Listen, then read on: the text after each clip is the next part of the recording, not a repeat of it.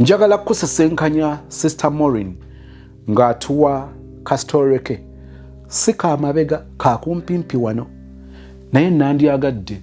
ndowooza tubeere bantu bakulu myaka 18 n'okudda waggulu nandyagadde 16 n'okudda waggulu naye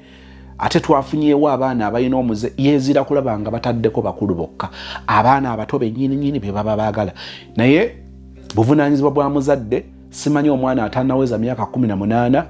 lwaki tabeera restricted ku ssimu n'enkozesa yaayo kankutwale wa Sister Maureen. Omwana w'obuwala bw'omusanga nga omuwe respect ng'akoze naye pushinga navayo ye nga ye aba yeetaaga kuwa respect kuba abaana ab'obuwala tuyita mu bizibu bingi mista. Emboozi yange bulamu bumbeeredde hard naye Mukama yansuumusa kyenyinza okugamba era neebaza Mukama ku lwekyo. Lunaku lumu yali Christmas nga ngende waka mu kyalo afeeyo kyotera eyo Masaka Road. Kati nze nagenda byange simanyi sange waka beetegeka wali omukolo ku kyalo biki ngamba nange muntwale nga neesala kakumba kange nga twolekera bisitasozi tugenda ku mukolo abaana bazinye babeddawo ze sibitegeera yonna ate yavudde e Kampala lyawo bimboyeya ndaba obuvubuka obuliko tebirijja bandi awo ndaba waliwo gayi gayi nga yesaze bibling gayi nga li smart ate gayi yaliwa brown naye naona like siwa kalo kuba simumanyi nga gayi tankwana nga simuwa namba nenga gayi yangambirawo nti ayinaki omwana nga kuwopepa kuliko omwana we kuwopepa esimiye nenga alina ekyana kirungi cause gayi yaliwa brown nangamba nze nzaliwo kuno naye ate sikwenkulidde kati gayi nga mbuzi obeera wakonze mbeera Kampala mbuzi obeera wa konze mbeera Wakiso koye Wakiso awo kumpi konze ya mbuzi obeera wa ngamba beereyo ku Ntebe Road obazana naye teyangamba mbu mufombo naye yangamba alina omwana kati munnange tutyo nze 31st zange ntera zimalira bukalango era nze bwengenda mukyamu ku Christmas making sure nti 31st nsanga Kampala so that I go to bukalango timunaye kororo nga nkomawo ninnya gayi like yakipikamu nnyo to the extent nti yajja n'ewaka during day twamitinga during night naye during day najja ewaka wakaje wajjajja gye bazaala maama si waka wange direct oze ebyalo beeriranye neefe okusinga tukozesa nnyo waka gye bazaala maama kati munnange gayi nga teyeesula mu ddene ku makya nga takkirirayo nga tajja nga tunyumya nga ngamba oddadde Kampala nze sikuleka mu kyalo abayabi b'oku kyalo bajja kukwatamu biki mugaze ebbanga lyonna nze sibadde nga naawe mbeera ki gy'onteekako nangamba nze linnya ojja e Kampala tugenda ffenna nga ŋŋaana nga ŋŋamba ate gwe wandeeta nze omanyi ebisero singa nzija 25 neninda 31st wetuukira nenzira e Kampala kati naye nga ninnya ngamba yenfaaki ne transport yamumpa nasinka emitwalo 3 yaninnya nga ngenda ewaka nga 31st etuuka nga ngenda ku kyaki nga nvaayo gayi nga nkubira during day ku first nga ngamba oliwa leero njagala nkulabeko konze okay nga nkoyaki nga ninnya nga ngenda Nansana nga ngamba musange Nansana nga ninnya nga ngenda Nansana jjukira ndi mupya mu Nansana nze mbadde mbeera nga Kampala naye nga mmanyi side za Ntebe Road ate nayo story ya Ntebe Road naye ate nayo ndala kuba yo nnenemu nga ye oba yavuddeeyo zana najja nangamba musanga awo nga namusanga nga namumitinga essaawa zaalinga 2 ez'ekiro nze nga ndowooza tugendagenda ewuwe oba ndage ewuwe oba nga mmanyi nti oba kiki oba ki nga ngamba jja kutweko auto kaale ku ssaawa mmeka olwo kagayo lyanyirira ng'anyumirwa engoye ng'ejja namusanga ali smart bulungi nga ngamba imbo tugende ewa Kyoshi kati omanyi nze sirya kapiwangi nga mugamba nze sirya nga ngamba tugende kati nasanga already ye yakozeyo orders ze nga bipikingayo bye yakozeeko orders katukirira nga tantwala wa sister we abeera mu Nansana tantwalayo tunyumya sister we ngenda okunyumya naye ng'amanyi one of my family members gaasanyuka sister we ng'atuleka mu ddiiro ngye ng'ayingira ekisenge lozagaye yali amanyi agenda kukwatamu neŋŋaana ntyonto waka gayi ng'anyiiga ganzire eka nadyeko essaawa nga 6 ewakiso kati wayitawo era another day gayaŋŋamba jangu tuddemu tumiitinge nange saali mubi nga nzija nga tumiitinga era sitiyo nga ŋŋamba ntwala out waliwo ebbaala awo mu Nansana bagiyita taxi bar aho ko masitowa kati nga nze sigendanga nako mu bbaala nze Mr. Shozimo nga sikubangako wadde ekibaala tugenda mu bbaala bagiyita taxi bar tuka mu bbaala manyi nze nali sinywa najja nesaze na musikaati gwange yatuyingira bbaala gayi nga kuba puulu ng'era ŋŋaana kamugamba ngenda waka kangamba tekisoboka biki nkuleeta ntya out these several times byonna nga tokkiriza kwebaka naye nga gayi kayo mutankana nga ndaba ng'omufumbo abeera smart obusati buba bugulule ningamba ne katono omusajja engeri gyabeeramu smart ate nze mbeera comfortable nnyo singa omusajja ntwala ewuwe at least ne waba asula wansi nemanya nti asula wansi naye nga weewuwe ekyo ekintu kiba kirungi okusaidi yange mba comfortable basifuddeeyo naye kasitaaba nga making nti antwalayo naye nze nali sirabangako owuwe biki kyatayagala twegatta ate nze sisobola kgenda mu lodge nali nagana lodge nga nagamba obulamu bwange bwonna nga nina ebintu ebimu bye sisobola kukola nga ŋŋamba lodge zo sizisobola kati munnange gayi ndowooza yanyiiga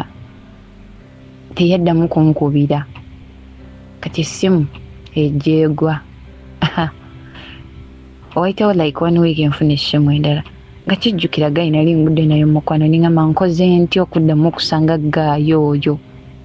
nga nkwata ekkubo yali weekend jjukira yali endazeewo mu kibala kyatera obbeeramu kati nga nange nkolaki ngamba kangende muswamiraawo maze ofuna essimu endala tomanya naamulaba nziremu muggyeko ennamba ngendeyo obugenzi katono nkomewo ewaka kati ngenda bulungi nywa soda wange sinayiga mwenge tuga ku kawunta story eva wano tereza amatu iwano wetutandikira ntuula ku kawunta mba nkyatudde ku kawunta wajja gayi gayi ambuuza oli otya konze gyendi nali nesaza bulungi akanyumu kange buno bubikiweya mubumanyi nga ntaddeko checked yange nga ntaddeko ka crop top kati ng'ebisambi bye outside nga omuntu agendera mu kibawe looking so sexy kati munange gayi ngajja ngamba bakuwa ekiŋŋaŋŋaana ku kawunta wendi nga ngamba bakuwa ekiŋŋaŋŋaana nga soka mpalira nga ngamba obusoda bwonywa temuli mukulu gayi ngali nga tanywa mwenge abadde eri ku puulu akuba puulu ngamba obusoda bwonywa temuli mukulu bakuwe kyonna kyoyagala mu kawunta songako ŋŋaŋŋaana ngamba kukyoyagala ŋŋaŋŋaana gayi nga nemerako kati olwavaamu nga wakawuntansi edyosi nga ngamba omulaba we gayi alina ssente jjukira nze yazza okusoma oli gayi gwe nali naye gwe nava ne mukyalo musabe ennamba kolo nasaamulaba kyeka mu kibaala teyajjako eyo wiikendi kati munnange gayi nga nimerako nga nvawo nga mugamba nze saagala kulya ssente z'abantu nga sigenda bakolera bye baagala nga maze tofaayo bakuwe munnange ngenda kukozesa erinnya ngenda muyita Eddy simanyi kirabika mu kibaala baali bamumanyi nnyo nga ŋŋamba olwawo ekibaala ekirala munaasa naawe era still nga ŋŋamba waliyo live bandi ŋŋamba tugende eyo tuveewo wano nga mugamba nze nazze wano nga nsedyosinga nga ŋŋamba okay manyi obudde sayina control mama yali mu kyalo waka ndiyonzeka ne ŋŋamba kanzonge gayi nga tantwala mu kibaala kirala yangamba mbadde nva eyo ku kasaawe waliwo akasaawe awo kwa Ivory naye mbadde nva kwa Ivory kubamu naye nengamba kampitiyeko wana mu kibaala naye mukama mwebaza nsanze princess like you what and what tugenda mu kibaala live band twagisangako ng'asooka njokya emitwalo 5 ngamba kamutima gwe ngamba kiki kino nga njokya ekyebiri ngamba gwe kyoyagala tumya waita kuwe ng'agenda ku counter ng'agamba waita oli mumuwe buli kyayagala waita nga gyangamba bagambe bampe bakuwe buli kyoyagala nangamba oyagala ki nengamba leero luno mwoyo yanziseeko kiki Bw'oba weetaaga ebibajje eby'omulembe Aisha Najemba Furniture Mart Banda fe ansa tukola buli kibajje ky'omanyi ng'oggyeko coffin tukola entebe ebitanda emmeeza sideboards TV stands furniture w'amafumbiro nga byonna bikolebwa mu miti egyalagibwa ku Aisha Najemba Furniture Mart Banda okkirizibwa n'okusasula mu kibanja mpola okumanya ebisingawo jangu ku showroom yaffe gaggadde esangibwa Banda opposite n'ekipande kya Nabisunsa Girls oba yogera ne Hajat Aisha ku noti 7 noti 5 nkaga mwemo 94 noti 3 Aisha Najemba Furniture Mart Banda abeesubwa mu nsika ya furniture nga tubeera mu kidabaala gayi ng'afuluma ng'asooka odalinga ne waita kiki ng'afuluma ng'agenda yali yazina ebbaaga ye ey'akapiira ngamba nidamu dakiika 3 ayi kutwala bbaaga waka nkomewo ndowooza abeera kumpi era gayi ng'agenda ngabeerawo nga muswama ngadda olwo ye yali first meet yaffe nga nsaba ennamba ne mugamba obudde oba nali nina nasimu kapeesa namugamba nno nze gwolaba nakaluzi ng'essimu nga saakaleese nakaleese waka kati nangamba mpa ennamba nali nakoze simu swap ng'aleeta ka savieti nga ne peeni nga mpandiikako ennamba nga ye oba ye yagiwandiikako oba nze ng'akatwala kati mbeera awo nako sooka zisibijjukira nakujjukira nti nali ne gayi naye zo naye kinywa mwenge nga mbeera awo olwokulinga ngamba naye lwaki kikoonakoono gayi afune namba yange kati gayi nga mukoonako by the way zakyawawa nga mukaaga nga mbuuza oliwa nga mugamba ndi waka okola kintu neebaki laba ono vaayo sooka ojje nga tetutandika tutyo ne gayi tetutiriba tannakwatamu tannanoga mmwanyi ebbanga ligenderera for like a full month naye nga gayi yankubya buli kibaala ekyomanyi olutandisa okwononeka gayi ayina ssente sinnamubuuza bingi nnyo sinnamumanya sinnakola ki naye nga yaŋŋamba era nga mukuluko okunze cause by then I was maybe 18 oba 20, something like 20 gayi ngali 30 oba 2 nengalabika bulungi nga ne 32 togimuwa ogamba muvubuka shortly tutta kumbooza ngamba ayina ebimotoka bye 2 bisino track naye emotoka ze nga ziri mu looni ayina amaka ayina abaana 2 maidi yabeerayo waka mukazi we yagenda abroad nga ngamba okay nga ngamba nze ate mbeera njagadde mukazi we nedda mba njagadde muntu katubeerawo ne gayi tatandisa okunkubiranga nga kale atambula omanyi those guys batambula ayinza ogenda eggulu namalayo full month nagenda epakwaki nagenda ekotido nagenda wa kati gayi nga nkubiranga nampeeza ssente olwo tutandisa noge mwanyi nampeeza ssente nitwavalinganga ningenda simukebezangako jjukira obusiru simukebezangako tuviddewo ne gayi tukoze buli ddate gwe mumanyi kyalyako kyendyako gayi yali alina ssente nze nga mu restaurant nze omuntu omutwe gumu olunaku guyinza okukozesa emitwalo 5 nze nga nti kulya buli nga gayi alya gayi nga teyestressinga nengamba naye nze buno obulamu nkyaludde bulabako ku muntu zamajjukira nali nakatandika ndi starter gayi nga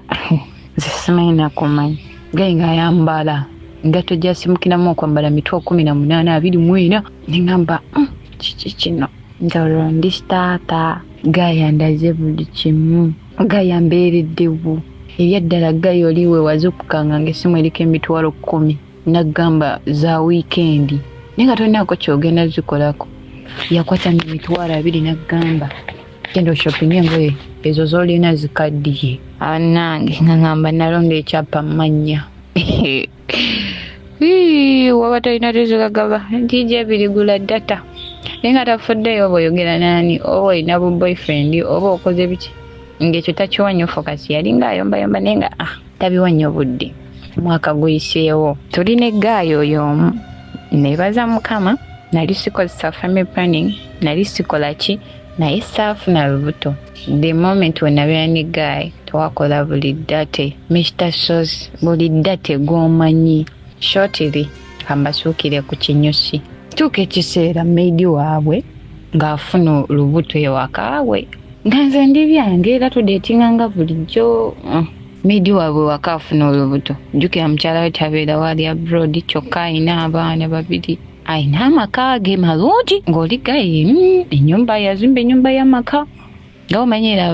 abagayi ba Sinotrax balina ssente naye just mutukaze zaali muloni bambi zaali tazimalangayo zaali bbiri yazeepikira kati munnange nga maidi bw'agenda nga omusajja ng'aweereza omwana omuwala mukyala kati omukazi we yali ayinamu akaana kamu kati ate ono yali ayina abaana babiri omu wa myaka 11 omulala wa myaka nga3 ow'esatu ye mwana wa mukyala we gwamaze naye 7 years omwana ow'ekkumi oba 12 oyo ow'ekkumi ye maama we yamumulekera oba wa mwaka taddanga mbu tebaddangamu ku meetinga tebaddangamu kweraba nze nga sifuddeyo nga sibuuza nakubuuza lwaki temuddangamu kweraba kati Mr. Sozi munnaye n'abawuliriza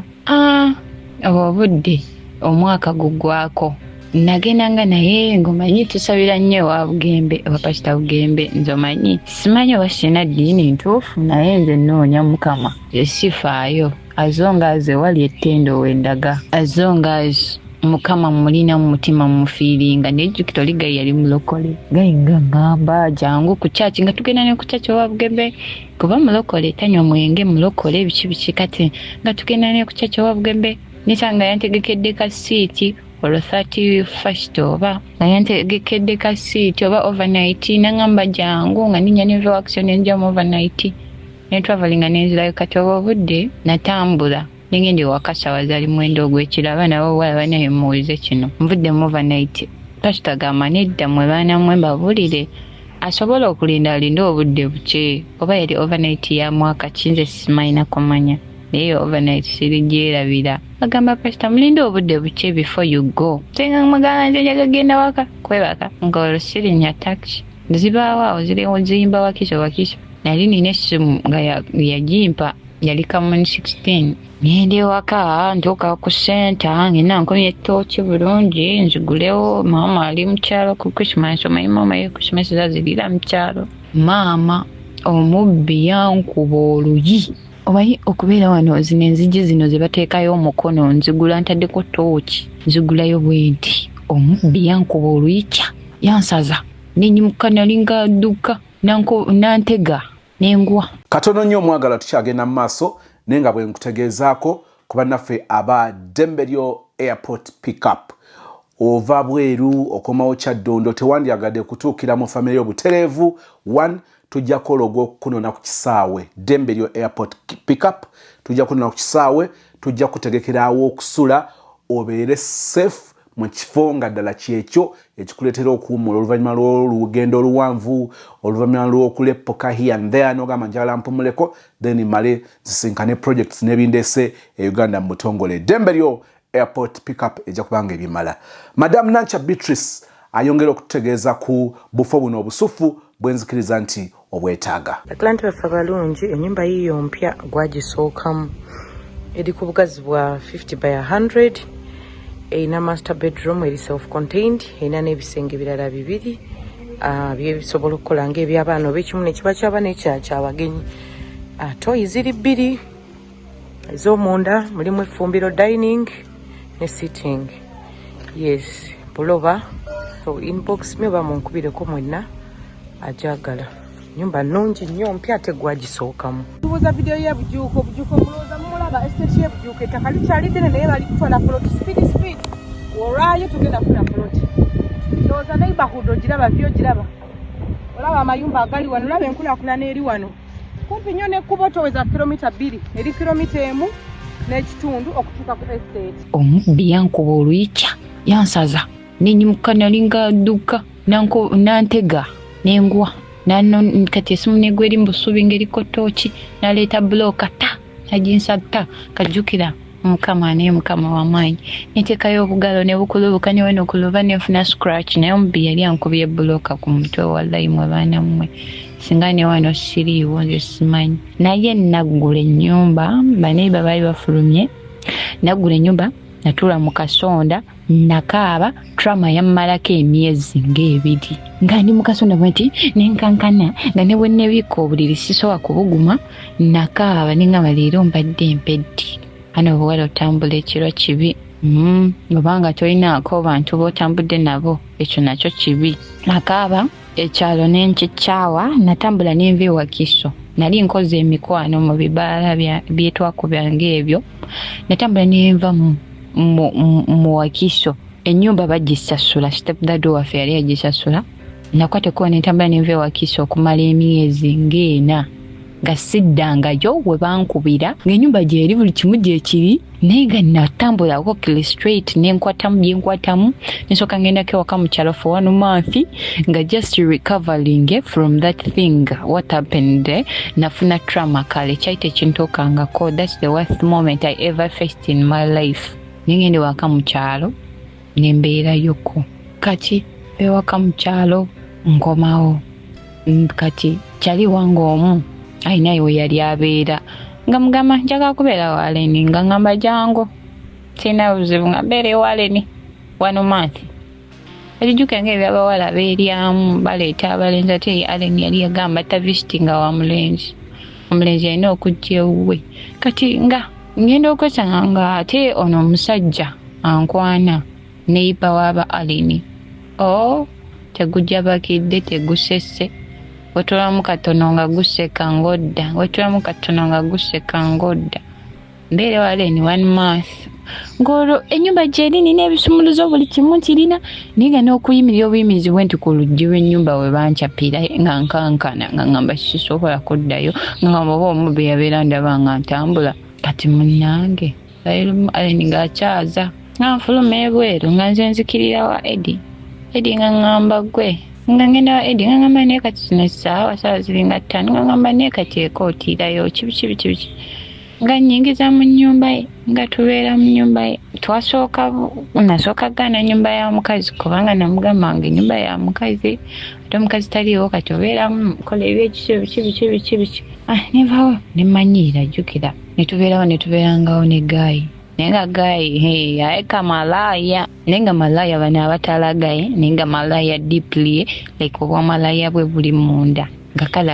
asitula nnyo ebikazi ebikulu kyokka nze ndi mwana muto nga kale nga nze kale binnuma nga omanyi omuntu eyakasooka okwagala tubeddewo abaana bagenda mu holiday ewaka waliwo buli kimu akina fridges smart tvs simanyi biki oli Gayi yali yakola bambi nga muto naye munaye abantu balina siriimu oba lwaki balina ssente nze simanyi nakumanya sometimes mukama tagaba byonna naye abantu abalina siriimu balina ssente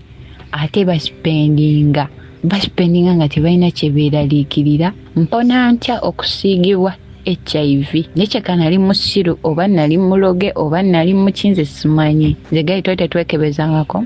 Gayi yakwata ejjirita n'agita nengikwata Gayi yakozesa scissors nenzikozesa nga tutravelinze mu different places akina gulu hoyima biki byonna nga tubeera fembi ngenda nemulabako for week ne tubeereyo we do everything that katukola date yenna gwe mumanyi Gayi oli yali alina ssente nga tumanyi notambulako ku street n'agenda ng'agabira abantu ku ssente ku street temwebaza alina omutima omulokole gasooka okujja nakubuuza mu bizinesi yeeyo sooka kumpaamu ki tugeze omuntu nga atunda ebikajjo ku kkubo nga mugamba nze gwe gasooka olaba omuntu alina embeera bwe ziti nga mugamba banange osooka ngulirayo ekikajjo wookimugulira manya ng'akwokya ekyebiri kagamba we bali nnyo okulooga omutima naye Gayi nga waakabi nze oli Gayi nga yaŋŋamba yetabala balance mbulwaki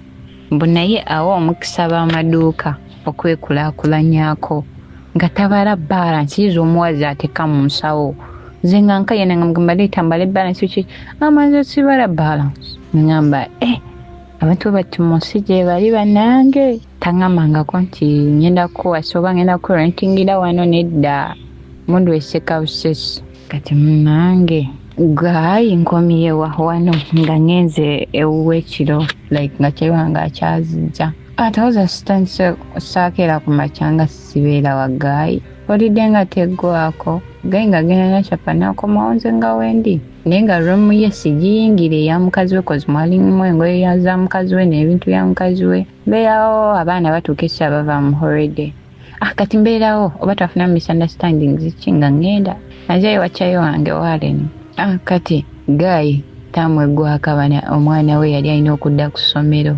asogaye muwala we ng'asomera nansana kati yali muwala we alina traveling ave Masaka n'ekirala ekyanjagaza nnyo gayi oyo nti yali regiment wange. Yeah, the guy was coming. Weyangamba is coming from also Chotela was like banange. Ali happy nga simina mwade kumwela likirira kati munange. Guy olwo tuli mwaka nga gumu n'ekitundu. Guy omwana we nga tukesanga dda alina okudda ku ssomero. Ema ndi wakagayi nga nkubya nga ngamba n'omanyi sigenda kukozesa linnya lya mwana we bambi for her safety because she has a cool daughter. She doesn't have any problem. Ngamba no ndi mu field naye omwana aliyo yekewaka nyamba ngendera akewaka osange omwala wange paka bwe naakomawo nga nvudde mu field nga omanyi nga ngamba okay cool ngenda nga mwala we musangayo nga tandika beera ne mwala we nga tubeerawo waka babiri nga tukubira he sends money everything nga gamba weekend chichi ngendeko ku church wapa kitabukembe nga tuweza over 30 for transport ngata okumpi already tuke nenga kweza mitwalo 3 nga gamugendeko ku makutano ku swimming mwana gwe ngambira off nga gayi kala atera na chana agenda nenga takiraga muwala we nti tukolaki tudetinga nichekanze nja sobola n'obufumbo kuba nze pain jempise simaina jimanyi kazi naye tubeerawo wachawo like over 3 months ndiwone mwala we waka nakulumu mwala we yali ku ssomero here comes the kinyusi bembi nawala betwetinkula netinkodde ntandisewo nali njala buliri kati ngenda okukebera mukamooli eri waliwo kateni ebikawo bweti akamooli ningira engeri yekisabika kyamawulire ngamba aba kiki kino nampalampa nga nkwatayo genda okujjayo nga mulimu amakerenda njuke nzisabangako mulwadde wa siriimu amakerenda ga siriimu nze sigamanyi ndaba bulinga bupaaka nga buna nengezimumireeko nkozeseeko omusaanukule amane wagana makerenda gaki gamanene ng'okabusiru nsooka ngenda ku Google nebuuza naye omutima gwasooka ne gwesika ne ebbanga limaze nga neggayo no muzimu items etutunda ku Masses Quality Beddings carpets zonna ebika bwebiti sizes zonna waliwo ebika ebirala bwebiti fluffy zino baziyita fluffy carpets nazo tuba nazo sizes medium ne large tubeera ne carpets ze bateeka kumpi n'ebitanda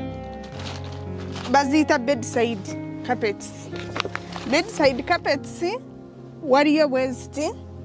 waliyo ne carpets endala nazo bano abaagala ebitonotono ku kitanda nga tebaagala bintu binene nnyo neno kuzo eno nayo bedside bweti mukala zonna ez'enjawulo zonna carpets zonna tuba nazo eziri fluffy ku bbeeyi ensaamusaamu ofuna carpets 7,000 13 2 zonna ofuna carpets kati ne kino kika kirala bwe kiti nakyo ki bedside mu kalaazi zonna ez'enjawulo kalaazi nga 7 ono naye bedside carpet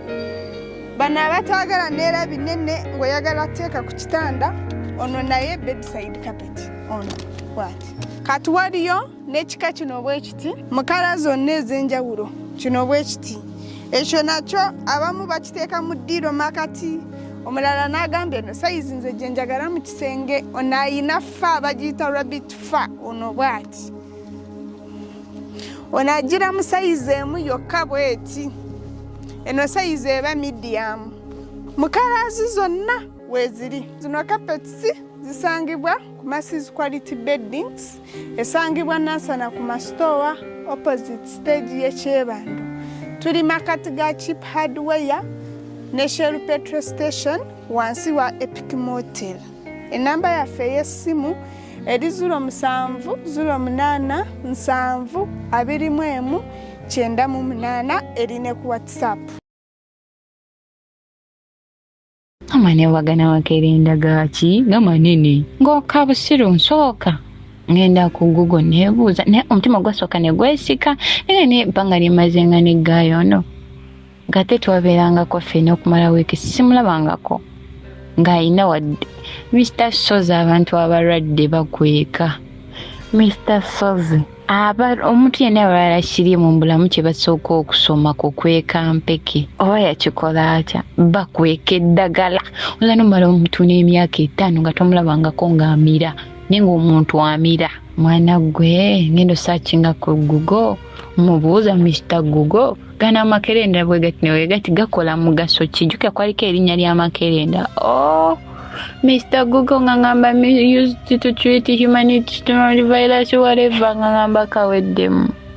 Nasooka nziba amaaso. Nakaaba. Nakwata bwente n'entuula bwente ku kitanda nenfunya amagulu we nali ntudde nenkankana entegetega nezinfamba.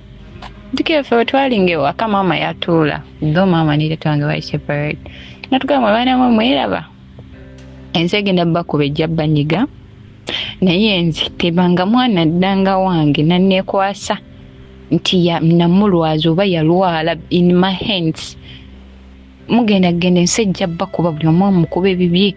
naye mumanye nze mbazadde muli balamu tekuli mwana mulwadde. Nakaaba nengamba ati my age 20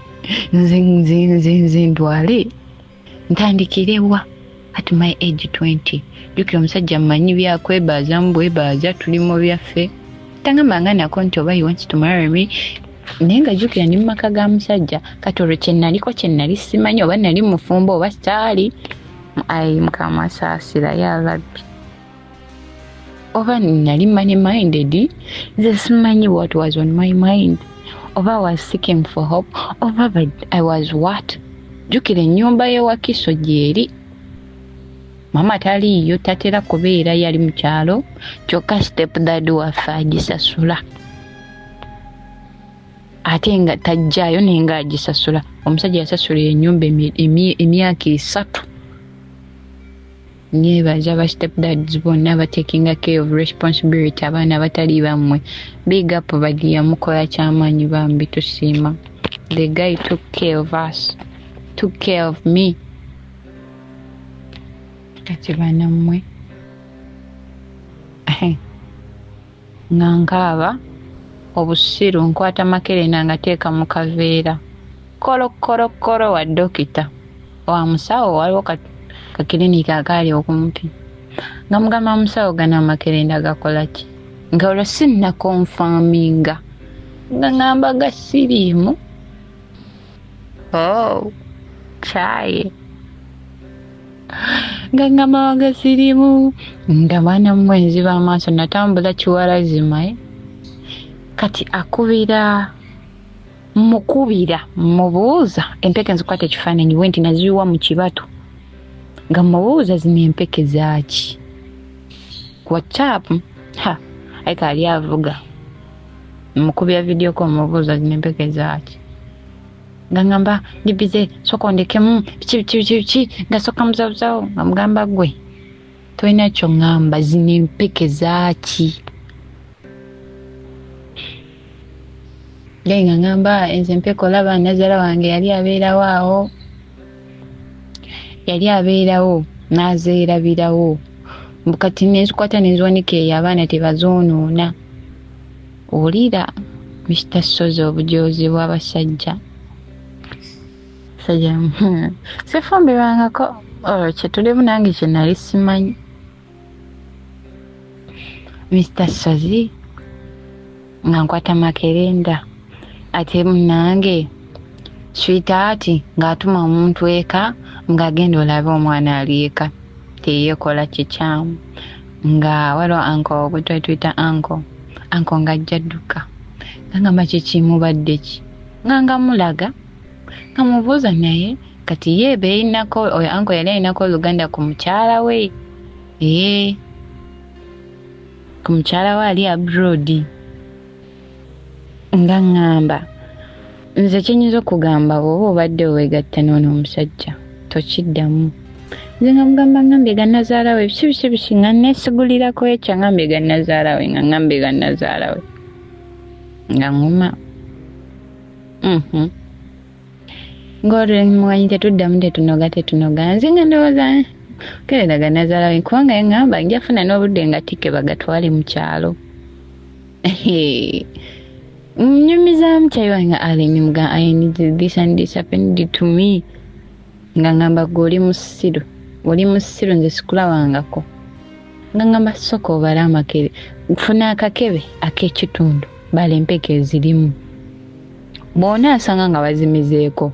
oba nga tezikyawera ojja kukakasa amazima kati waliwo akakebe kamu kaalimu empeke nze sijjukira muwendo nga nzibala zaalinga mu 60s nga nzibala wayitawo 1 month ngenda kuddamu zibala nga oza zikyawera nga ziri mu 30s engamba kaggwamu dda saanyiga wabula nagamba tava walungi tewaba wammwe tava ku mulungi afaawoja olwo byonna tebinnabaawo eby'okulekulira gaayi nze nali ntya bambi okuleka omwana we ewaka omwana we yekka nga kati mbeerawo olw'okuba nti ki omwana nga ngamba banaye erinnya kalekandireke anasigala atya mu nnyumba ajuka omwana yali antegedde nga njagala ate nga ngamba n'oli stepmother we yali ambonyaabonya ngamba oli stepmother waabwe yali akola biki nga bagamba omwana yali akima amazzi nga amutuma ku dduuka namutuma akatungulu namuze namutuma ennyaanya yaddayo namutuma buto yaddayo namutuma amagi omwana yinza otambula mu kkuba emirundi nga 9 olunaku naye nga nze mpulira ennaku nga bambi mukwatibwako ennaku bambi omwana we naye ng'akuliridde bambi 12 years kati munnange nga nsooka ngamba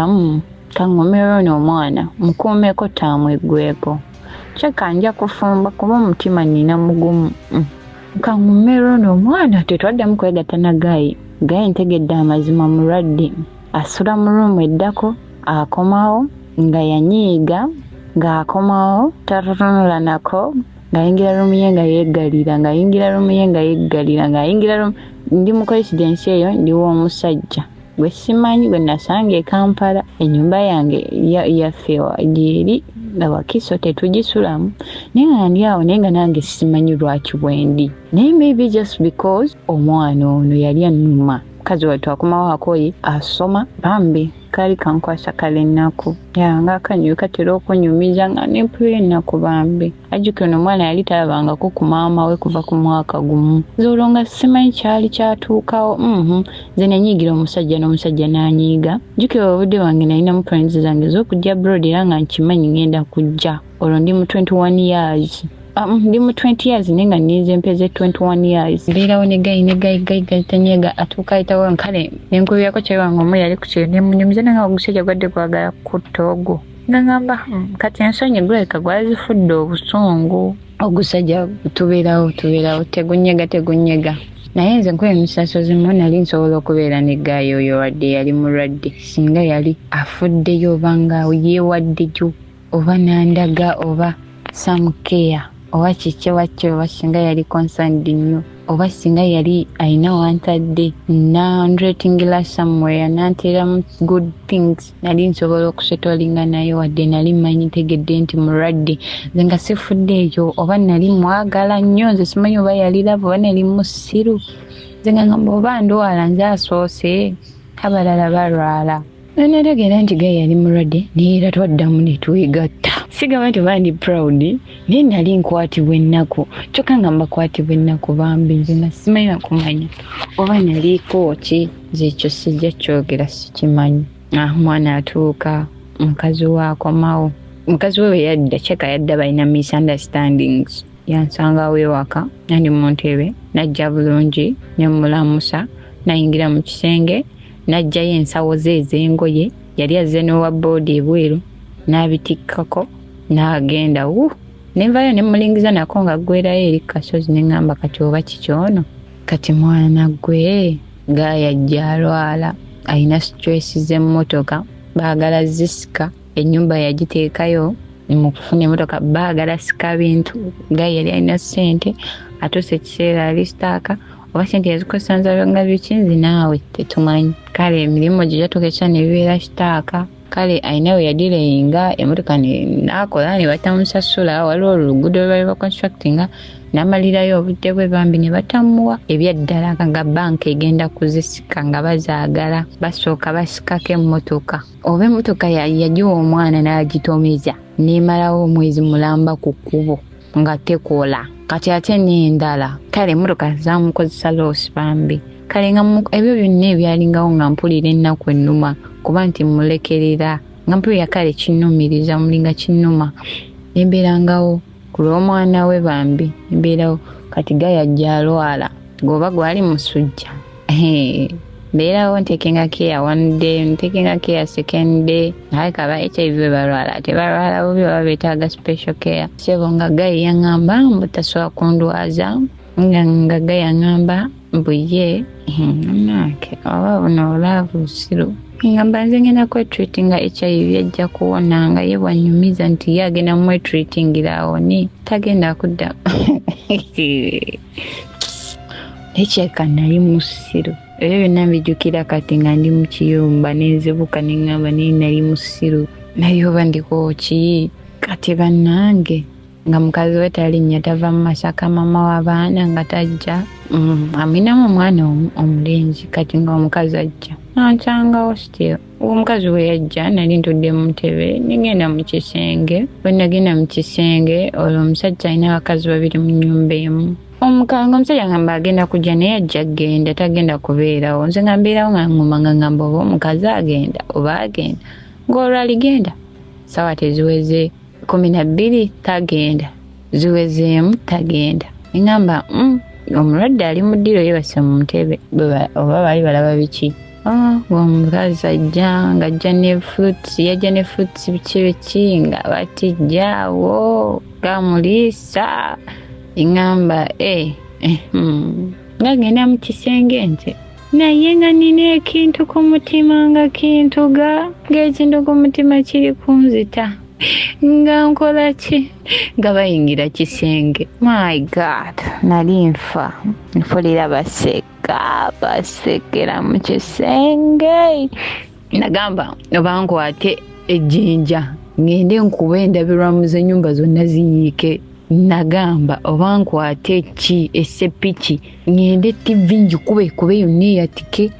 nalowooza ebintu nga mutwalo nalowooza ebintu nga 8 nga ndi mu nnyumba omwo nekyenakola slowly napaakinga baaga yange ekiro ekyo omukazi avaayo aŋŋamba sooka tusogolereko koba obutunta omulwadde ajja kwetaaga okunywa nnyo ekiro ali mu tawero wororo nze simanyi banange nawulira nga nfa kyeka siina nze simanyi wankyasobola okuddamu okwagala kuba namenyekaye mumanyi nasigaza byewoogolo nze omuntu ne bwankola kisikiraba sikimanyi nti aba nnumiza ku lw'ensonga ezantuukako mu byokwagala nze oli ne wankola ki kuba nze ku byendabye noli tasobola nakulowooza ku myaka gyange gye nnina wana nali mbirabyeko mu bulamu obw'ensi muno omukazi nga ŋŋamba tusogoyeko obutindo omulwadde ajja kwetaaga okunywa ekiro nagana naye kati bwe mbuteekamu akatwa ng'ebirowoozo binneesomba napakinga bulungi nenkulula ebintu byange negenda ewaale ninamusangayo nga nkaaba nasooka ŋŋuma nampahaaga naŋŋamba naye oli musiru omusajja wategeera omulwadde lwakiwubira ku musajja omusajja mwesonyiweza oba omusajja yali yankola kizi simanyi ebyaddala nange simanyi navaayo kati omukazi ku makyakeera aba agenda yansanga nina oba nva kima biki bambukiza akasozi omusajja n'omukazi we katutegeeza omusajja yali awerekera omukazi nze ebintu byo mbusimanyi obutunda kina biki byangambye okola saabikola na pretendinga kkulu n'entambula straight nembaviira nengenda ewa kyayi wange era gye nasula ennyumba nayisula gisulamu na mukazi munnange tekisoboka nga nkola kimi kitasozi nga ngenda waali nga ngumyagumya nga nkafatinga ngamba tugende ne mu kibaala tunywe omwenge olulayiga obwege ngamba tugende ne mu kibaala nga tetugenda tukiru stress kumakyamanzika byange mbasanga bava mu mango olwombo bandeetera ebisumuluzo omwana oba yali agenze ku ssomero obudde nga ali ku ssomero taliiwo mbubandeetera ebisumuluzo ngende ewaka oba nkole biki naye najja bulungi ndowooza ge yali amugambye oba nali maidi we kirabika napulayinga kulu nali nzikirira nansanga nampita mukyala we nangamba nyabo neŋŋaano yimirira netambula straight nenyingira geeti ewaleni neneggalira mu kisenge ndowooza n'omukazi kati aleni alina ganga ye batudde ebweru balaba beesogga ekikomera kyabwe edi azze ne mukyala we bankimye oba baali bazze kumpa bisumuzo byawako oba baali bazze kukola kinze simanyi oba baali bazze konfaminga nti edi tankwano oba baali ngazze nga mugambe tugende lwaki omwana yakwesirikiridde lwaki akoze wano ne waati tugende tukonfaminge nze nga nnyingira ennyumba nga njiggala nga bayita Maureen vaayo nga ŋŋaana nga mpalira nga mbagawabula mutambule mu nviiri nga ayeni abagamba mwagala ki mutambule mugende kuba wano temupangisaawo nga batambula bagenda nze nawuba nembeeraawo nga sikyategeerekeka nembeerawo lwagaayi omukazi gwe yabadde yeesibamu baali oba bazze kutunda poloti bambi sasule n'endala sente zikole ki oba zikole biki nze simanya sasule kalooni mmotoka zimuwujja zimulimu kyokka mulwadde batunda babeeramu n'obusente kati nga yampita nga tuddamu tutuula nga tuteesa nga sidda waggaayi anzirayo naye oba naliko ki simwina mwana sirina lubuto sirina ki oba kiki nga sidda waggaayi nze bakye bange batuuka ekisenge bagamba ffe tukuvudde kukola by'oyagala baayomba ne bakoowa nga nzira waggaayi nga nkimanyi mulwadde ng'era ne mwangi tunoga nze nga ngamba nze mwagala oba waati nze mwagala mbeere waggaayi ekyo ekyokuleeta omukyalo mu nnyumba nga mwendi kyanshokinga nnyo ekyandika kyekimu ddo twateesa ne tuddamu ne tukwatagana yatuuka ekiseera nga bagenda kuddingana na mukazi we naye ezo sente ze baali batunze mu poloti yali alina okukola ki mbu omukukyala ewaabwe aba abasajja baba waaki wendi naye agenda n'akyala ewaabe wa mukazi we ajjukira omukazi oyo yabeeranga naye ebiseera ebisinga ng'amubala ssente omukazi yabalanga ku musajja ssente nga ndowooza omusajja muganza okudda ewuwo omala kukyala waka nga tebakyala nga munnange bakyala mugambe nti ye ngenda olaba profile picture bulumye olaba status zirumye nze nga gyendi playing cool nga omukazi ajja baddamu beera ewaka waabwe nze nga kale shoko yanzigwamu nga ndi mu period ya like 4 months nga nzizeeyo n'ewakiso neebeeredde nazeeyo dda n'ewaka ndinamu kunoonya mulimu nziye mufune omulimu nkole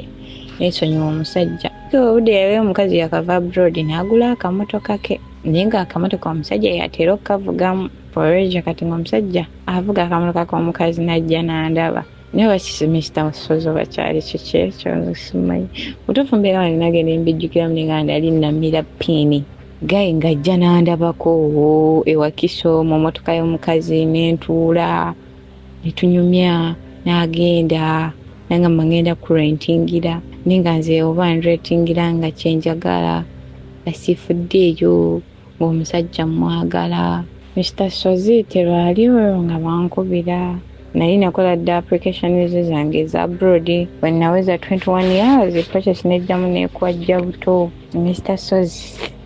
ndi abroad naye nga yatera nankubira because I remember oba yali Christmas napeezayo ku ssente nangaweereza maama we ne kati oba ndiddingana ne Gayi kuba agira nampeeza we emoji obukaaba nangamba I miss you simanyi zoba Gayi oba kiki simanyi nze simanyi wabula sijja balimba Gayi mulwadde nate nze ebyo mpulira nga tebindya naye ate neebaza Mukama yanbikkulira nandaga what the guy was nate saa nali shocked yes nate tekyankwata konyo cause nagamba cause nze newe nakinyumiza maama yangamba nti waliwo abakazi ababeera n'abasajja nga balwadde nikasoba nga omusajja omwagala. That's what my mom told me. Imagine nze ndowooza ngamba singa Gayi addamu nangamba Maureen ngenda kugulira akamotoka ngenda kurentingira ngenda kuteramu buli kirungi ky'omanyi so okuddamu n'embeera ne Gayi cause Gayi ali cool despite the fact that mulwadde naye Gayi talina mbeera mbi wadde nno yaleeta omukazi mu nnyumba nalimu yayendanga ku bawala ngamba amanyi ebikazikazi ebikulu ng'asitula nga nze tebindyanga sometimes noba nalinga ndiko ki naye nga nze simanyi nti Gayi yalinga mulwadde that's why yalinga yeŋŋanga ebikazi nga tafaayo oba kikulu nga muyingira ewantu n'asooka ku defendinga ng'akimanyi abawala mwebali bakwanye bangi bajja nakusatta kasooka nakudefendinga nagamba tuula wali genda ku kawunta bakuwe buli kyoyagala nga webakuwa buli kyoyagala bw'omaliriza ovaawo nga bamuwa bbiiru nga mufulumu oli Gayi yali wakabi naye munaye Mukama wate we yabigeramu Mr. Sozi. Story yange jensembi okupasinga through before nga sinajja ku kyeyo n'emprocessinga Gayi yali yansuubiza nti ajja kunyambako kale oli omwami yali ayogera bulungi nga seducinga nga ne bw'obaani toyinza butakkiriza ng'ate omukwati bwennaku kuba talina buzibu mulokole afaayo akeyalinga kati nga takeyalinga even about you only even other people nga like bambinga mutima mu kinuma ngamba Gayi ali good hearted nga yeah ngolwembeera ze I like him because of his ways. Ekiwuka ne kati akyanjagala ne kati olumu ankubira mu programs ze naye nga tumala n'emyezi ngesatu nga tetunyumiza naye wetunyumiza kuya programs nga ngamba bokomawo ngenda kuba maze ogula akamotoka kange Roni nagimazeeyo jjukira bambi emotoka y'emu bagisika ne bagitwala empya nasigaza enkadde naye era kyagirina kyekera akyamalayo Roni kino tracker hinga ajja mumalayo maybe this year inshallah naye abeerawo nankubira programs nga Maureen bokomawo tugenda kubeera femi bishobisheshe naye nga nze simbeera nkola kingamba sifuddeeyo mu mutima nga muli bwe nneegamba naye ate nedda erudda neŋŋamba nedda lwaki mba nyingira mu mannyo g'empisi nga ngalaba ate ng'abasajja abalala gye bali ne bana abalenzi abato aba my age why would I would have liked kufafagana na musajja mukulu naye banaaki kama nsaasire eyo story yange Mr. Sozi naye njagala abamu bampabulemu yes abasajja bankwana balina cause siri ugly yes guys kale era wekijja nga ndi wamuleka era nja muleka kuba namuleka dda kuba tunza mala emyezi mukaaga nga tetwogera kwanze sinajje mutwala erudda netulamu nga ndaba sinajje mutwala ate bambibwa dda nandaga keya na respondinga ngamba ate baba naye ate ndi wakimba muleka ate bwenzawo nengamba naye nali musiru kati kwegamba nange mbeera awo the stupid me the stupid you kirungi nti nafunyeeko ku mukisa ogwogerako naawe oluvannyuma lwa story nenzikiriza nti ekimu ku bigendererwa bye ebikulu kyabadde nnyo tewakiŋŋambye si kiwayogedde naye mu conversation gye twabadde naawe nalabye nategedde nnyo ate bano abalabye show eno omukisa gwe batafunye kusisinkana nalabye ng'ekigendererwa kyo kyabadde kyakwagala kulaga ebiseera bye eby'okwesirwaza, ebiseera byo eby'okwewussa, nti eri omulala ayinza okubitambuliramu kati ng'ojja obeera ekyokulabirako eri omuntu oyo. Olina stories endala ze tuli mu kukolako, kino kyo kyategerekese. So wano nja kuwolereza nga ngamba abalaba show eno nti please you don't need to judge. Ekigendererwa ekikulu abadde agezaako okusiiga ekifaananyi ekyo kyennyini kye yalimu. Newankubadde abalala bo tebawulidde bino, mu conversation yange naawe kyalabise nnyo nga relationship eno si gy'olinamu interest. Wano badde ngaali on and off, ate story eno okusinza wagiwa, endowooza eno ejja n'ekuyingira n'ekuvaamu ng'era omuntu waliwo by'ojjukira nga kati ate maamawo alinga ye atali against your decision of deciding to keep the relationship ne Eddy. Ebyo bye bibeerawo mu baana b'abantu. Kyova olaba okujajinga kwange. Why do I have to judge someone? Avuddeyo kwa story. Ne bwe mpulira ng'agiwaddeyo nga alina obubonero bw'okubeera omulwadde, ndaba ng'ate era abazze mu kifo kituufu we yeetaagira okuba ng'ayambibwa, olw'ekyo ekibeera kimusoomooza. So I don't have the time to judge people. I am here to help. Abajja wano bajja nga bamawulira bali confused, nga beetaaga okwongera okuyambako okuva mu mbeera eyo. Embeera eno nzikiriza nti somewhere emanyi okugira n'ekujjira lwa nsonga currently toyina relationship eri serious. You're not dating, you're not having a boyfriend. Kati olw'okuba ono yaliwo, abaana ab'obuwala kino kitera obbatawaanya eri abawala abali mu bufumbo b'abakyala abali mu bufumbo. Ngakkiriza nti obufumbo bwalimu tebugatta. Ali mu situationship, not marriage, not a relationship, but a situationship. Nga ali bubeezi sitaaka kubanga tannafuna kiddako gye bali. Saakeera enkya n'asalawo ng'obufumbo bwawuli ayagala buvaamu oba alina obuvaamu, n'agetinga sitaaka era ogenda okukakana ng'afunye olubuto azadde omwana omulala. Ng'omusajja tojja gamba nti olina omusajja, njagala nfuneyo omukazi ajje ng'agamba nti bali mu bufumbo bamaze emyaka 10 baayawula, nga tolina nsonga ya ssimba gy'otunnyonnyola. Naye abalala bagenda okugamba nti nalina okuvaayo mu bufumbo buno myaka 2 egyasooka, amazeyo 10 n'abaana bali 5 nga byamukwatirawo. So obulamu buno butuuka ku bantu bangi, naye nga nzemu ne ku nsonga gye nandibadde mpa eyinza okubanga ekya Eddy okubanga yali obanga ali HIV positive, surprisingly si kye kintu kyenyinza okugamba nti kuba osinziira okumwesonyiwa. No. Eriyo couples nyingi nga bali happy, ng'omu ali positive omulala nga ali negative, nga we bali happily married,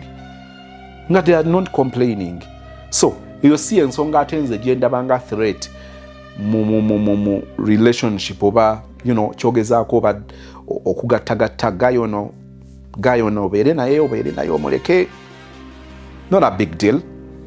Ensonga kwensinzira okugamba nti ono si muntu mulungi bwe butaba mwesimbu. Si mwesimbu n'akatono. Omuntu omwesimbu akutuuza n'akunnyonnyola ensonga, n'akubulira status ye, ne mu consulting abasawo ne bakubuulira ebisoboka n'ebitasoboka, n'okozesa rights zo, n'okozesa omukisa gw'oddembe lyo ery'okwesalirawo okuyingira mu relationship nga tebakusibye katambaala awo kawaagwira. Teyali wa buvunaanyizibwa, teyakulumirirwa, teyali teyakuconsideringa nti naawe olina eddembe ery'okwesalirawo n'akuyingiza mu kintu ekyo kyokka wenkugambira nti oyo omuntu tomwesiganga.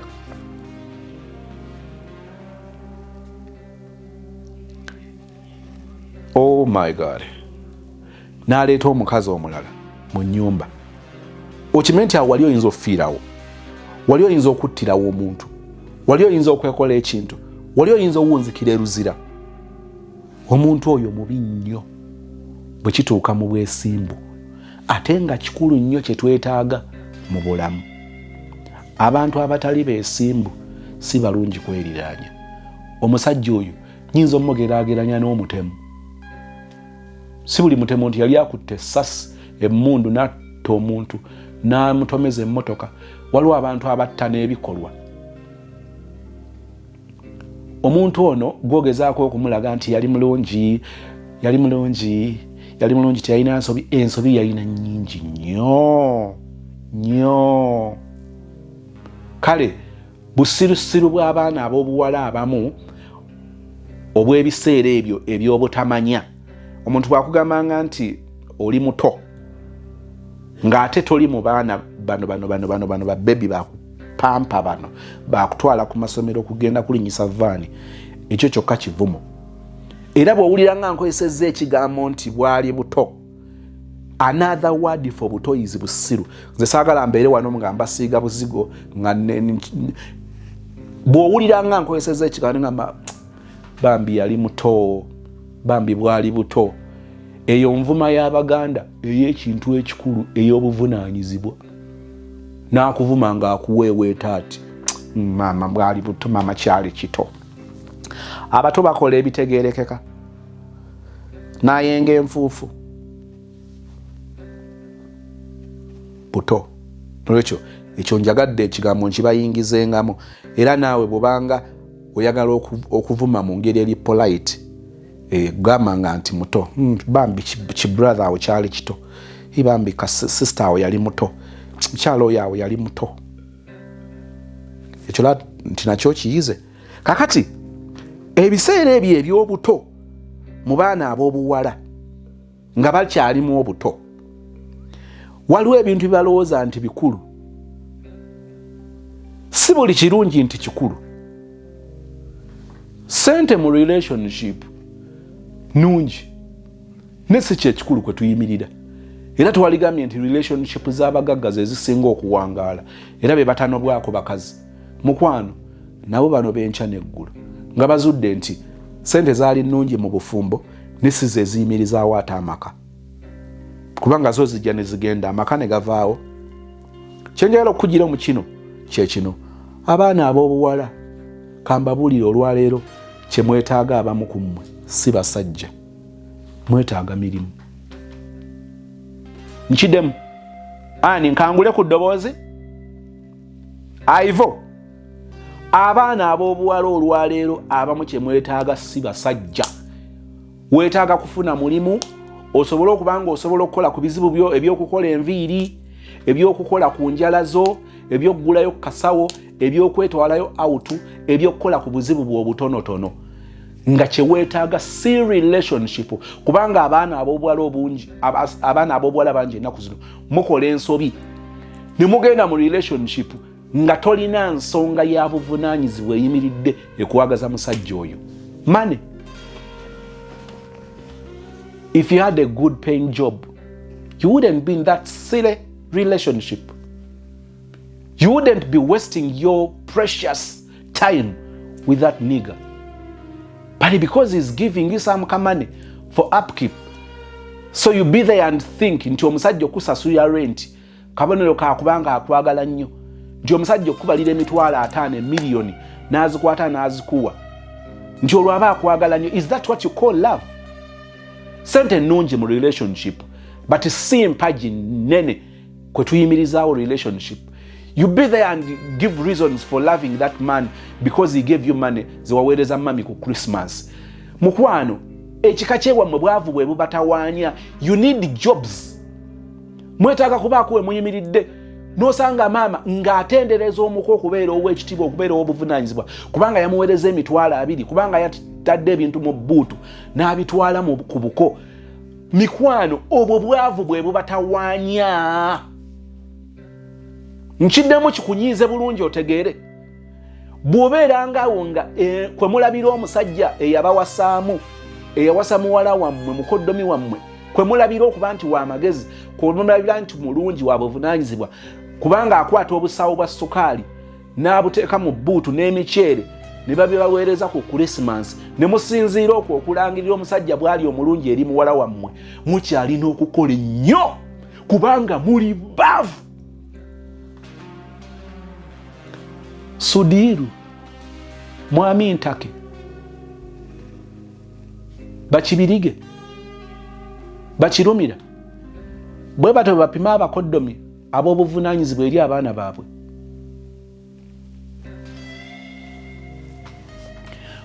bwodda mu bawala banno nodda mu banno n'onyumya ekisajja kimpa ssente ekisajja kinfaako ekisajja kyantutte ku shopping ekisajja kyantutte ku vacation bannange kigayi mu ekiba n'ekigayi kinjagala mukwano gwange fe abategeera tukutunuulira ne tumanya nti ono alina kukola nnyo ekyo ekimutawaanya bwavu. Bwavu ne bwe ndiba siri mugagga kubanga ate nze ekyewuunyisa ndaba wano ntegeere nze sinoonya bugagga mu nsi seetaaga kubeera mugagga mulimu ebizimbe bingi nga sibyetaaga n'omuwundo Mukama bwansobozesa okufunira abaana bange ekyokulya nga balina shelter balina access to education basobola okufuna obujjanjabi obw'obuvunaanyizibwa basobola okwambala mikwano mu bulamu nze ekyo kimmala nga nsobola okubanga nsobola okusasula emmotoka nsobola okusaviisinga emmotoka ne tugenda ku chachi ne mbatwala ku masomero ne mbazza ne mbatwalako auto etali ya jjenjeero nyinza olwanga nga sijja kwetaaga nnyo byagamba nti kati nfune ssente mbateeke ku nnyonyi tugende ku vacation tugende Paris tugende wa mukwano obulamu tebulooteetingira bino byenjogera sibyogeza bwavu mbyogeza bumativu ng'obulamu mbutunuulira ku bisukka ku ebyo abasinga okubeera abalungi ennyo bwe tuba tupima essanyu nga tuyitadde ku minzaani abasinga okubeera abasanyufu mu nsi si be bantu abasinza okulambula buli bbaala ne balambula buli kiriiro buli kifo ekiriirwamu oba ekisanyukirwamu si basinga okubeera abasanyufu. Ekyo njagala okijje ku nze. Happiness kisukka ku kyolowooza ekyo kye bakuspoilinga n'amasimu ne bakuspoilinga n'essente ne musula mu buli woteeri. Okusanyuka kisukka ku ekyo. N'olwekyo wano soogeza bwavu sisobola kubeera awo nga kyentendereza ennyo omuko ow'ensonga ye musajja addugazza eddiiro olujja ku mukolo gw'okwanjula muwala wange mukwano gwange steeka waaga ebyo si byentunuulira. Obuvunaanyizibwa kirala nnyo. Naye abaana ab'obuwala mutunuulira abasajja kubanga omugamba nti olina ekizibu eky'emitwalo 5 n'akuweereza emitwalo 5 n'osinziira okwo okulangira nti oyo wafunye omusajja ategeera. An idiot can do that nga takulinaako kigendererwa kirungi neki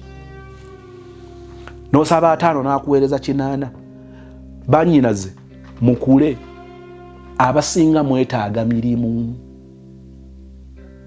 Kyovola bambagamba nti omuwala Katonda bw'ali kusobozesa n'osimattuka n'otuuka ku buvumu obusobola okwaŋŋanga ekikemo ekya ssente from men,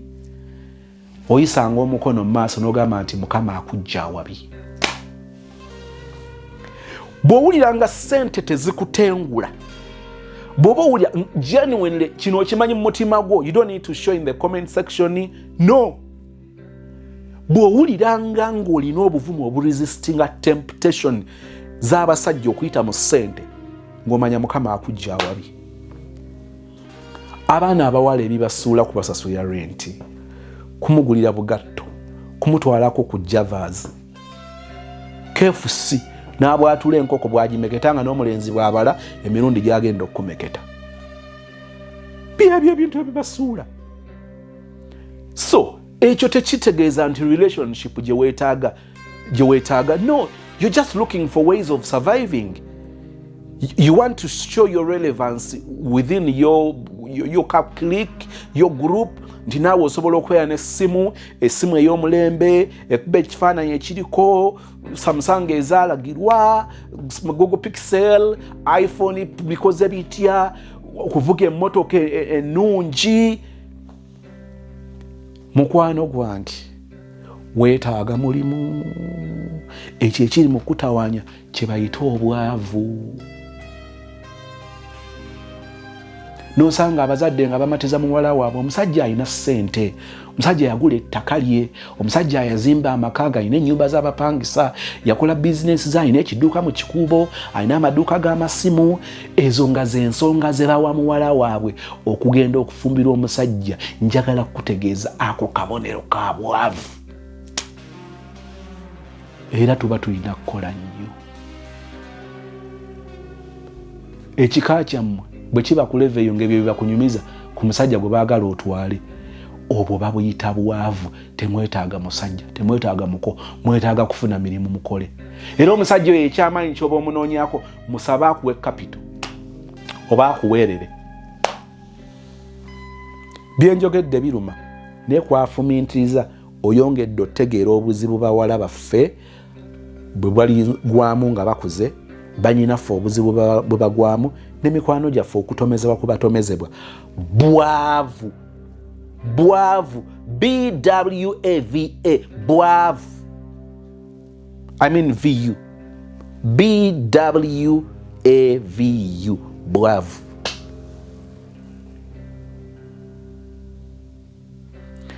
Kyova olaba atuuka okubanga sirimu takyamutya, si yasoose. Agenda n'omusajja gw'atamanyiiko mayitire ne kubanga alaze ssente. Bwavu. Kale ng'oli ku ddungu ng'okola, ng'oli Bungereza, oli Norway, oli Belgium, Netherlands, Sweden, Mami Faith, olugendo lw'olimu olw'okulwanyisa obwavu, ojja kakasa nti olulinnya ku nfeete bino ng'obituuseeko. Byenjogedde bitegeeza nti olina kufumbira musajja mwavu tomumanyiira, sinnabakyogerako. Naye ensonga y'okufumbira omusajja teteekeddwa kuba nti kubanga alina ssente y'ensonga lwaki ogenda naye. Nsaba Mukama akumpeera ekisa. Biwa obudde byenjogerako. Ojalaba ekitiibwa kyo bwe kigudde n'okomawo waka ku makya gaalina akudropinga. Era olumwa nnyo lwakudropinze nga tawezeza mitwalo 3 leero akuwadde 10. Olina engeri gy'obalanga olunaku lukusaze. Kakati osinziira wa kuki? Where do you get the audacity okutandika okuyita abaana b'abandi bamalaaya nga naawe oli malaaya? Ova okusisinkana omulenzi n'ogamba bula leero binsaze, leero ampadde 2 ate luyampa 5, mwana lunaku lunkoledde loosi. Ova kwetunda. Ate gw'osinga ne bali ab'oku nguudo, gw'oli Pro Max. Nkiddemu nga kyekisembayo. Bannyinaze abyogera nze mbaagala ennyo. N'akayimba twakamala okukafulumya akakyoze ne Becky akalaga nti mpa ekitiibwa, and you will find that in me all the time. The respect that I have for women or female creatures tosobola gipima. Chinva mu musaayi. I am a product of a single mother from day one. Ate gye mpitadde wano lwe lunaku lwe nagwa mu lubuto, kubanga kitanga agenda okuttibwa nga manga ali lubuto lwange. So all I know is kitonde kikyala. Naye njagala kwogera ebigambo bino ani mukantemere mukatambule banyiige naye nga njogera mazima. Mwanyinaze bw'ovanga okusisinkana omusajja n'oddeeka n'ogattagatta bye mubadde mukola, n'ogattagatta ne ssente zaakuwadde n'ozibala n'ozizzaamu ng'olaba akuwadde entono kubanga kati akuwadde 2 ate bulijjo bwe mumala okusisinkana amuvudde out, mugenze ka vacation, osuze naye ovudde ewuwe n'ofumbayo weekend, ogenda ogattanga ennaku ezimu abadde nga akuwa emitwalo 3, akuwa emitwalo 5, oteekawo ekibeerabeera awo n'akuwa akakadde. Kati bw'ovuddeyo ogenza okubala nga yakuwadde emitwalo 2, emitwalo 10, n'owulira nga mwana kuno kyakusazeemuko, ekitabo kyo tekibalansinze bulungi. Njagala kukutegeeza bwe bayitanga enkiiko z'abamalaaya otwalanga ekitabo okola notice, kubanga olukiiko olwo luba lukukwatako nnyo. Gwateetunda kikyoyita loss, ate abadde teyagenze kutunda byamaguzi kikyoyita loss.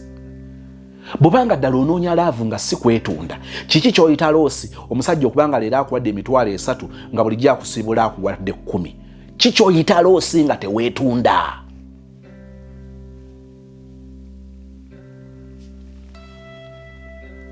Abeetunda ba upgradingamu